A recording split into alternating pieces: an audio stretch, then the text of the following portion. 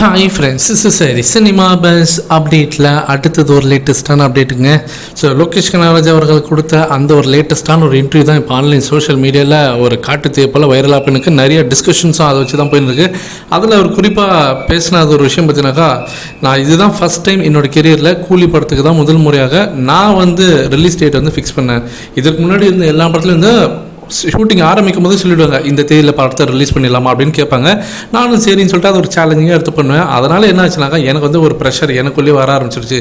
Shooting போகும்போதே படத்தை முடிச்சாகணுமே அப்படின்ற ப்ரெஷர் இருந்தது. ஆனால் இந்த படத்தில் நான் முதல்ல அக்ரிமெண்ட் சைன் பண்ணும்போதே நான் தான் ரிலீஸ் தேதியை சொல்லுவேன் அப்படின்றத நான் சொல்லியிருந்தேன். அதுக்கு எனக்கு ஃபுல் ஃப்ரீடம் கொடுத்துருந்தாங்க. ரஜினி சரி சன் பிக்சரும் சரி எனக்கு ஃபுல் ஃப்ரீடம் கொடுத்துருந்தாங்க. எனக்கு அங்கேயே பார்த்தீங்கன்னாக்கா இந்த படத்து மேலே ஒரு பெரிய ஈடுபாடு வந்துருச்சு. ஸோ இறங்கி சம்பவம் பண்ணியிருக்கோம் அப்படின்ற மாதிரி அவர் சொல்லியிருக்காரு. அடுத்தது முக்கியமான விஷயம், இந்த படத்தில் பார்த்தீங்கன்னாக்கா ஒரு டிஃப்ரெண்ட் செட் ஆஃப் ஃப்ளாஷ்பேக்கை நான் யூஸ் பண்ணியிருக்கேன்.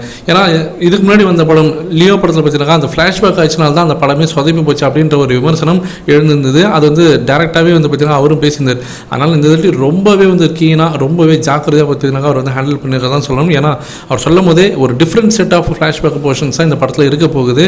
ஆனால் அது ஒரு வோக்கல் போர்ஷனாக இருக்க போகுதா இல்லை விஷுவலாக இருக்க போகுதா அப்படின்றத பற்றி நான் சொல்லலை. கண்டிப்பாக ஒரு விஷயம் கண்டிப்பாக இந்த படத்தில் இருக்குது. அது வெயிட் பண்ணி பாருங்கள். அதை பார்த்தா தான் உங்களுக்கு புரியும். ஸ்டோரி டிமாண்ட் பண்ணுச்சு, அதனால தான் வச்சோம், வைக்கணுன்றதுக்காக வைக்கல. கண்டிப்பாக அது எல்லாருமே பிடிக்கும் அப்படின்னு அவர் சொல்லியிருக்காரு. இதைத்தான் நான் ஏற்கனவே முன்னாடியே ரொம்ப நாளாக சொல்லியிருக்கேன். ஃப்ளாஷ்பேக் காட்சி கண்டிப்பாக இருக்குது. 80s பார்த்த ரஜினி சார் மீண்டும் அவங்க ஏஐ டெக்னாலஜியை யூஸ் பண்ணி அந்த டிஏஜிங் டெக்னாலஜி யூஸ் பண்ணி அவங்க இந்த படத்தில் கொண்டு வந்திருக்காங்க. அதுதான் ஒரு சீக்ரெட்டாகவே வச்சுருக்காங்க. வெளியில் பெருசாக எதுவுமே சொல்லாமல் அப்படி கமுக்கமாக வச்சுருக்காங்க. படத்தில் பார்க்கும்போது அது திரு மாசாக இருக்க போகுது. ஸோ நாம் எல்லாருமே அந்த தளபதி ரஜினி ரஜினியை திரும்ப மீண்டும் ஒரு தாட்டி திரையில் நம்ம கண்டிப்பாக பார்க்க போகிறோம். நீங்கள் எந்த அளவுக்கு அந்த ஃப்ளாஷ்பேக் காட்சிகளுக்காக எதிர்பார்த்து காத்திருக்கீங்க அப்படின்றத மறக்காம கீழே சொல்லுங்கள் ஃப்ரெண்ட்ஸ்.